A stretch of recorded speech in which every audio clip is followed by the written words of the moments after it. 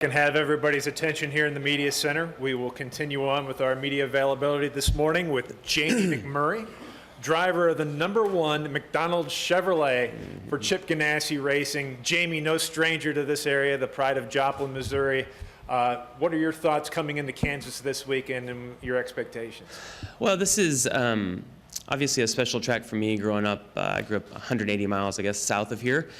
And when you come back to this part of the country, I think everyone has experienced that. If you move away from home, it's always nice to come back home and run into common restaurants, common roads, just kind of knowing your way around.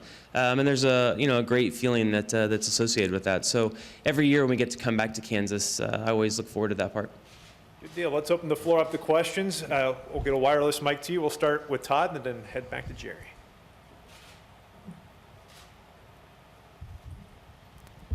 Hey, Jamie. Todd Palmer, Kansas City Star. Last year you make the chase. Mm-hmm. What did you learn from that experience, and how has that helped kind of feed into this year for you? Yeah, so when I look back at our chase last year, I felt like every year that I had watched the chase prior to that there were always guys that self-eliminated themselves from it. Sometimes it was from a pit road incident, could have been an engine failure, sometimes, just getting caught up in an accident. So, our plan going into that was to just be consistent, and we did a really good job of that. I think we finished like 12th, and 4th, and I tied or missed it by 1 point of advancing to the next round. And if you would have given me those 3 finishes prior to it starting, I would have taken it. I just thought that would have guaranteed you to make it through to the next round. So I think going into this year, maybe just being a little more aggressive and trying to get a little more out of it. When I look back at those races, I don't know that I could have done anything different. But yeah, I think just trying to maybe be a little more aggressive. We'll go to Jerry and then to Mike. Jerry Jordan, former Racing Network, Kicking the Tires. Asked AJ this a while ago too. With the schedule coming out yesterday, do you have any thoughts on Kansas becoming a chase cutoff race and Talladega being moved out of that spot, and also going from 3 off weeks to 2 off weeks next year? Yeah, I didn't even pay attention to the schedule, and I saw that some guys vented about not having an extra off weekend. I think we would all like to have more off weekends, but it's not part of our schedule, and it doesn't really matter to me. I don't know. I don't care. It is what it is. Mm-hmm. Go next to Mike and then to Alan. Mike Embry, USA Today. Jamie, another schedule type question. That I don't care about, right? Well, you might care about this one. Okay. After some number of years when almost everybody wanted to have a night race, now we're kind of moving back toward tracks more in the afternoon. Does it matter to you from the driver perspective much, and what about just from the overall sport perspective? Well, I think there's an argument both ways to the day and night races. I like the day races as well. I feel like when there's weather that's ever an issue, that the night races, you're just kind of guaranteed knowing that you're going to go into the next day. With having a day race, you have a little more of a chance of getting it in. And I don't know. I guess we grew up racing at night. And when they first started lighting Charlotte and all those tracks, it was so special for our sport, a track that big, to get to race at night. But all the tracks have lights now for the most part. There can't be but 3 or 4 that don't have lights. So I don't know that it's that unique anymore. And ultimately, I assume that the tracks and NASCAR are putting those back in the day, trying to help fans, whether it's with warmer weather, or they just feel like they can put more people in the stands that way. So again, I don't really care, but I favor having more day races just because it gives you a little more time if weather's ever an issue. We're going to go to Alan, then to Lee, then to Kyle, and then back up front to Todd. Alan Cavana, FS1. Just when on a day like this, when you're practicing, qualifying, all that stuff in the day, and it's a night race, what can you focus on today that can make you better tomorrow night? Yeah, it's so weird to practice in the daytime and then race at night. I don't really care for the this type schedule where you have to do everything in one day. If you're able to unload and be really close, it's a great schedule because no one else has time to really work on their stuff. It's really hard to utilize your tires the way that you need to because ultimately we'd like to unload and do a couple of race runs, and then switch over to qualifying like we typically do. You make a couple of qualifying runs so you have some scuff tires to then use for your race runs later on. It's just really hard to do here. You typically always end in a qualifying run, and then you don't use that set of tires. So I like the traditional like Friday, Saturday, Sunday schedule. With the exception of the speedway races, I would be okay if we did all that in one day, or however they could work it out. To be there for 3 days doesn't make any sense. Lee Spencer, Motorsport.com. Is there a good story behind that scratch on your cheek? There is, but I'm not going to share it with you. I'm just kidding. No. Okay. Would you like me to make something up that sounds really good? I'm married with 2 kids. There's no good stories anymore. Can you kind of express where you feel Chip Ganassi is compared to the other organizations in the garage right now? Because everybody looks at the immense talent that you and Kyle have, and they can't blame it on the drivers. And so where do you feel like Chip Ganassi is missing it? Well, if I knew the answer to that, we would go fix it. If you knew where you were missing it at, you would certainly address those problems and get it fixed, and everything will be fine. I think that when you're off a little bit, it's not in one area. It's maybe a little bit of everywhere. This weekend will be a big weekend. We've made some really big steps, I feel like, heading into Kansas, setup-wise, and they've learned quite a bit of stuff in the wind tunnel that we're going to apply this weekend, and I think will make a big difference. And I said this for the last couple years and over the winter that, to me, if you can get your 1.5 mile program good, it carries you through like the road courses and the short tracks, and the super speedways are such a crapshoot, and you have to be a little bit lucky there. It's just so important to be good at the 1.5 miles, and we have not been good at those the last couple of years. 2014, Kyle's first year, our 1.5 mile program was good. We had a legitimate shot to win 4 or 5 races. Both cars had a chance to win. I won the All-Star race, I think, in 2014. So, it was really good then, and it slowly got worse through 2015. We thought we made really big gains in the off season, and we're looking forward to the new rules package. But we just have not had the speed, especially the long run speed that we have needed this year. And Felix said a couple weeks ago y'all got rid of John Probst. This kind of reminds me of Roush Fenway Racing, where they felt like they hit a roadblock and got rid of Chris Andrews. Same kind of deal, or you trying to explore other avenues, or do you just feel that there's enough engineers in the kitchen that you didn't really need someone directing the program?